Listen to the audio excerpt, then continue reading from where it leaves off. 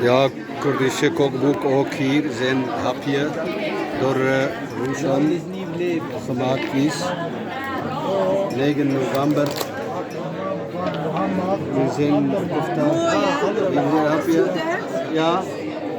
Wat is dat? Smakelijk. Wat is dat?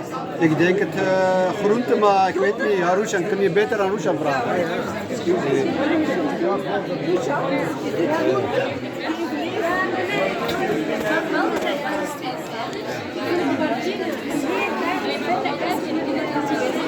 Sorry.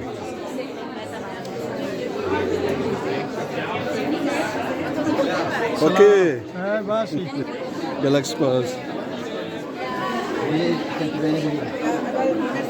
Ja, ik denk dat het... Ja, doe heb ik dat je ook al. Ja, ik dan nou.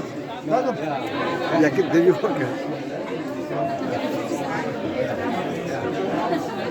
Durun buraya. Vale. No, no, buscar auto.